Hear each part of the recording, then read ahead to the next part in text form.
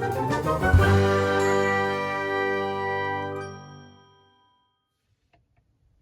everyone, this is Chris, your friendly neighborhood Minnesota Comic Geek, here with a haul video from the recent GarageCon number 9 that was held yesterday, Saturday, April 12th, and is actually being held again today, Sunday, April 13th. But before I get into that, I would ask that if you enjoy this type of comic book related content, please give the video a thumbs up, hit the notification bell, and subscribe to the channel so that you don't miss any future videos. And if you enjoy talking comics, then comment below. All right, let's get into it. So here in Minnesota, we have a pretty good comic scene, and we have a lot of individual sellers and dealers that put on little shows, and one of those shows is called GarageCon. This is some random comic collector who started having essentially a garage full of his comics for sale, and over the subsequent garage cons, he'll invite other local collectors and sellers to have tables in his garage and sell. So I've gone to a few of these over the last couple of years. They're fun. You can find some good deals. Anyways, yeah, I went with kind of the objective to, again, work on my goals for this year, and not necessarily buy too much bulk stuff, the dollar bin stuff. As I get through the video, I did end up buying a bit more of the dollar bin stuff than I was anticipating, but I did rein myself in a bit. Overall, I think I spent about $110 roughly. That was pretty good. And as I start out here, the first few books that I bought accounted for about a third of that budget. So kicking off, I always have to look for Adam Hughes stuff when I go to a sale or a con, and came across this Wonder Woman number 167. I love this cover with the kind of frightened Teen Titans behind Wonder Woman. I got this for $6. Then I came across the guy who was hosting it always has kind of a long box of Adam Hughes stuff, so I always kind of go to that box first when I first arrive. And one of my goals this year was to start chipping away at Adam Hughes's Tomb Raider cover run. So came across issue 41 here.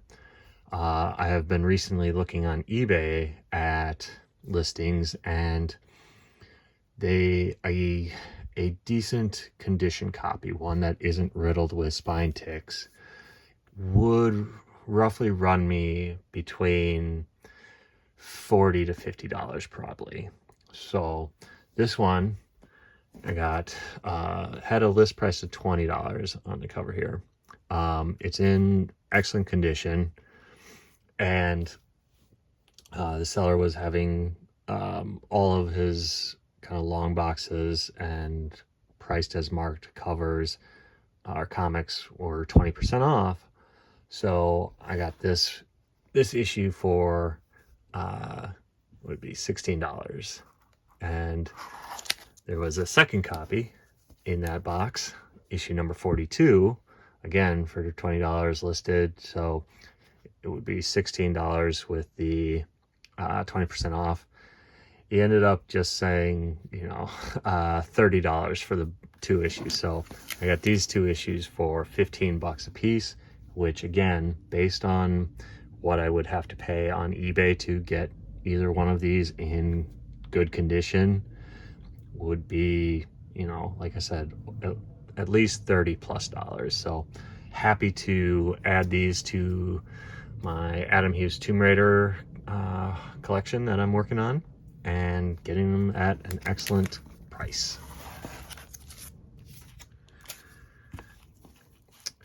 Next up, there was a seller who had he had like 4 or 5 long boxes from a new collection that he had acquired that he hadn't had time to go through, so he just put a $2 across the board price tag on them regardless of any price tag marking. So I came across these issue 1 and 2 of Alex Ross's Uncle Sam kind of mini series, almost one shot type DC Vertigo series from, oh god, it would be what, the late 90s, early 2000s when this was released.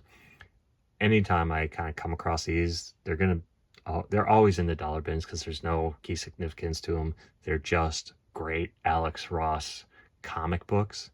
Like they feature full interior Alex Ross artwork, and it's been a long time since I've read the story. Like I said, late 90s, but I remember loving the story at the time. I actually kind of want to go back and read it again. And yes, yeah, it's just I remember it being a great story with, again, Alex Ross artwork. So always worth picking up.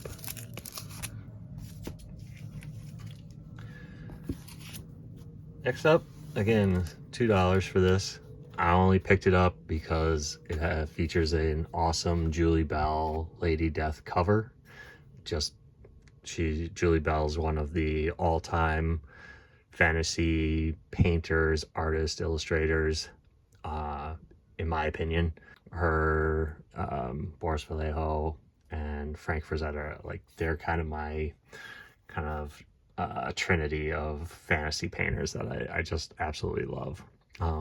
But this does have some key significance. There's a bunch of first appearances for these other titles here that are in this book. If you care, you can look it up on Key Collector. I know nothing about any of those other titles. I do know the character Lady Death, but yeah.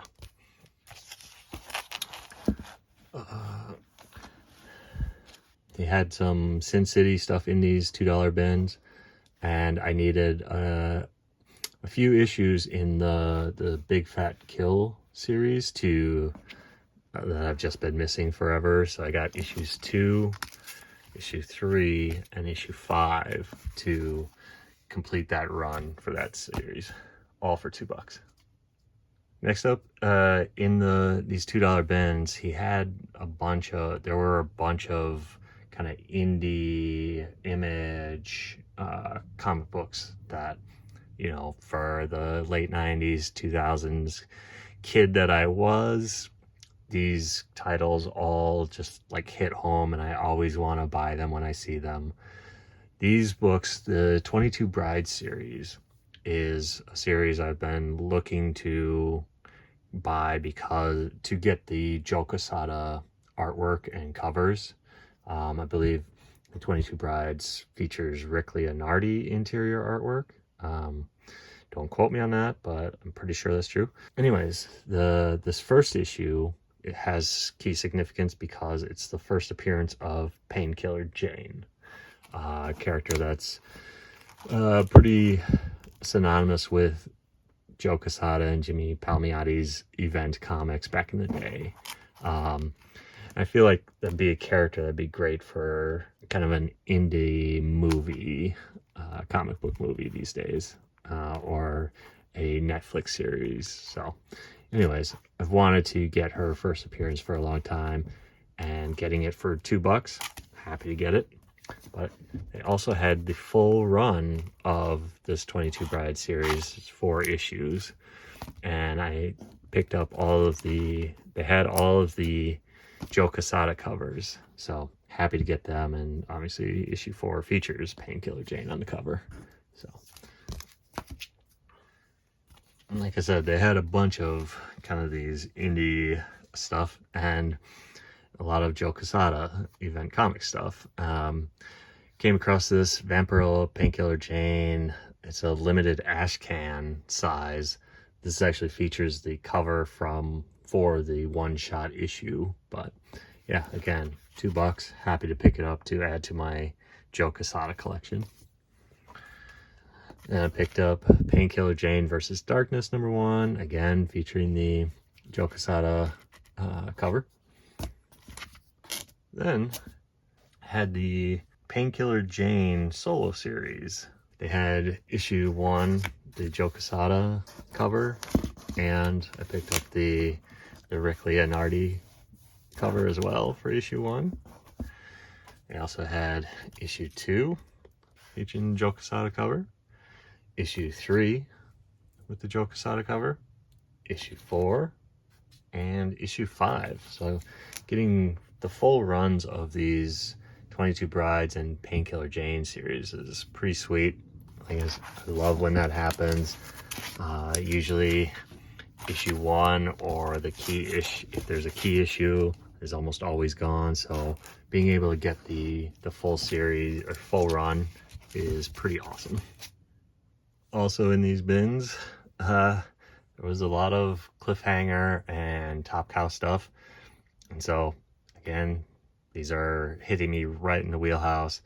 Coming across some awesome Battle Chasers in excellent condition for $2. It's an easy buy for me.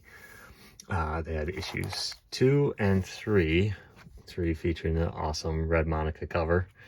I don't know why this one isn't more valuable, given that like pinup, good girl, bad girls covers go for higher prices these days. Just see any Adam Hughes cover. Came across Divine Right #1 featuring this is the Chromium variant cover. Again, this is a series by Jim Lee and Scott Williams that I don't know why it never really took off